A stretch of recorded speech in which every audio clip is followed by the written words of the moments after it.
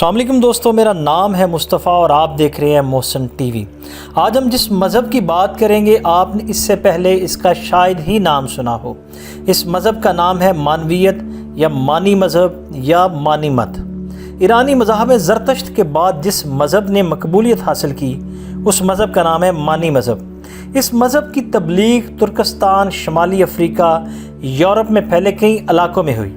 یہ ایران و عراق سے مشرق کی جانب سے افغانستان، ترکستان اور چین تک پھیل گیا، جبکہ یہ مغرب میں شام و مصر سے ہوتا ہوا مراکش پہنچا اور پھر وہاں سے اسپین، اطالیہ اور فرانس میں داخل ہوا، اور اپنے بنیادی فلسفے اور نور و ظلمت یا خیر و شر سے اس نے مشرق و مغرب کے تمام ادیان کو متاثر کیا۔ مانی مذہب اپنے بانی کی نسبت سے مانی کہلاتا ہے۔ یہ 512 میں بابل کے قریب پیدا ہوا۔ 12 برس کی عمر میں مانی مذہب کے مطابق اس پر فرشتے کا نزول ہوا اور اس کے بعد مسلسل وحی آنے لگی، اور 24 سال کی عمر میں اسے رسالت اور وحی کا حکم ملا۔ چنانچہ شاہ پور اول کی تاج پوشی کے دن اس نے اپنی نبوت کا اعلان کیا اور لوگوں کو اس نئے دین کی طرف بلایا۔ شہزادوں میں سب سے پہلے شاہ پور کے بھائی فیروز نے اس کی دعوت پر لبیک کہا، اور غالباً اس کی وساطت سے مانی کی رسائی دربار میں ہوئی، اور شاہ پور بھی اس سے متاثر ہوا اور اس نئے دین کو قبول کرنے کا اعلان کیا۔ شاہی سرپرستی کی وجہ سے یہ دین ایران میں تیزی سے پھیلا اور تقریباً 10 سال تک مانی آزادانہ تبلیغ کرتا رہا۔ مانویت کی اشاعت سے زرتشت کے قائدین اور موبدان سخت پیچ و تاب کھانے لگے اور مانی کو مطیوب اور مطعون کرنے کی فکر کرنے لگے۔ چنانچہ انہوں نے شاہ پور کی اجازت سے مناظرہ کیا اور اسے شکست دی۔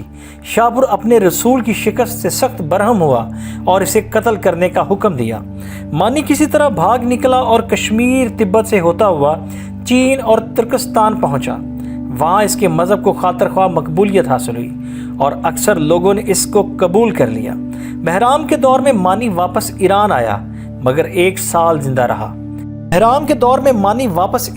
مگر 1 سال زندہ رہ سکا۔ موبدوں نے اس کے خلاف پھر شورش کی اور بحرام کو اس کے قتل پر آمادہ کیا۔ چنانچہ مانی گرفتار ہوا اور بڑی بے دردی سے مارا گیا۔ اس کی زندہ کھال کھینچی گئی اور بھس بھر کر جندی شاہ پور شہر کے دروازے پر لٹکا دی گئی۔ سن 572 موت کے وقت مانی کی عمر 60 سال تھی، اور اس کے بعد اس کے پیروں پر مصیبت آئی اور ہزاروں کی تعداد میں بے رحمی سے ہلاک کیے گئے۔ مانی کی کتابوں کی تعداد 7 بتائی جاتی ہے، جو خود اس کی تصنیف یا وحی بتائی جاتی ہے۔ ان میں سے ایک کتاب شاہ برکان یا شاہ پرگان پہلوی زبان میں، باقی سریانی زبان میں ہے۔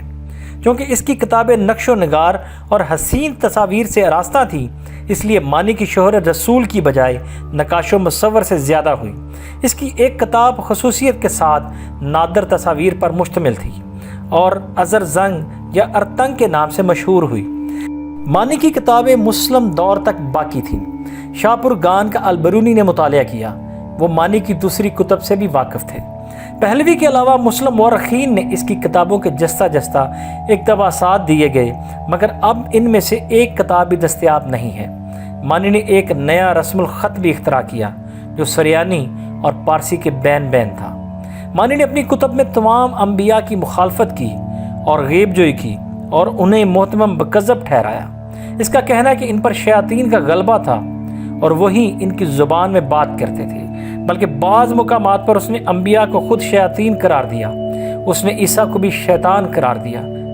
مانی کا دعویٰ ہے وہ فارق لید جس کے آنے کی بشارت حضرت عیسیٰ نے دی تھی اور دوسرے انبیاء کی طرح پیغمبر ہے، اور اس پر نبوت کا نزول ہوتا ہے اور وہ خدا کی طرف سے لوگوں کی ہدایات پر مامور ہوا۔ مانی گوتم بدھ اور زرتشت کی رسالت کا قائل تھا۔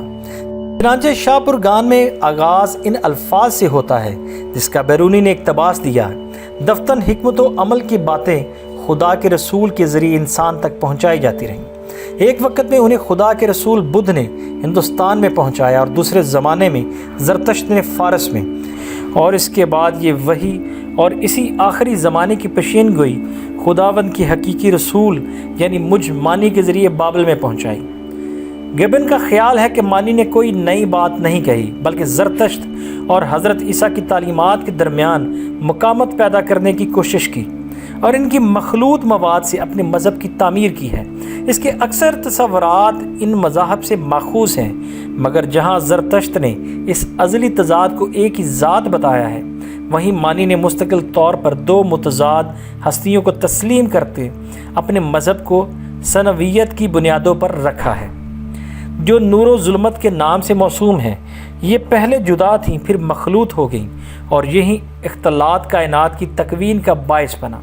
اس طرح نور و ظلمت میں سے ہر ایک خالق ہے، اس طرح یہ اچھا اور سفید نور ہے اور برا اور مضر ظلمت یا شر ہے، چونکہ کائنات کی تخلیق دو متضاد اصولوں سے مرکب ہے، اس لیے انسان اور تمام عناصر ان کا مرکب ہیں، اور ان افکار سے ہی متضاد اعمال جنم لیتے ہیں، اور یہ انسان کو اپنے اصل یعنی نور یا ظلمت کی طرف لے جاتے ہیں۔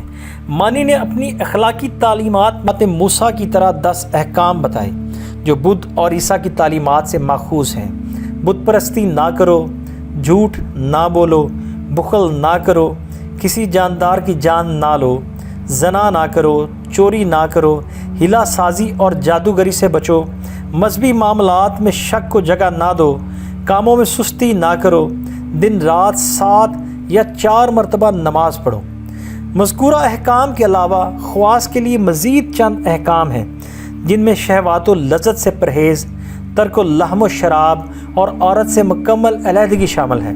مذہبی طبقہ میں 2 طبقوں، اسمعون جسے رشندگان، یہ عام لوگ ہیں جو صرف احکام 10 پر عمل کرتے ہیں، اور تجر اور غربت اور نفس کشی پر عمل نہیں کرتے۔ دوسرا صدیقوں، یہ امارات پر غربت کو ترجیح دیتے ہیں، عذیب و شہوت پر قابو رکھتے ہیں، تجرت کی زندگی بسر کرتے ہیں، مسلسل روزے رکھتے ہیں، اور جو کچھ مل جاتا ہے راہ خدا میں خرچ کر دیتے ہیں۔ معنویت کو ساسانی حکمرانوں نے ابھرنے نہیں دیا، پھر بھی اس کی توسیع جاری رہی۔ خود ایران میں عباسیوں کے عہد تک ان کا تذکرہ ملتا ہے۔ خود مہدی ہارون و رشید کے زمانے میں ان کو سزا دینے کے لیے باضابطہ عدالت تفتیش قائم کی گئی۔ مذہبی طبقہ میں 2 طبقوں، اسمعون یعنی رشندگان، یہ عام لوگ ہیں جو صرف احکام 10 پر عمل کرتے ہیں اور تجارت، غربت اور نفس کشی پر عمل نہیں کرتے۔ دوسرا صدیقوں، یہ امارات پر غربت کو ترجیح دیتے ہیں، اذیت اور شہوت پر قابو رکھتے ہیں،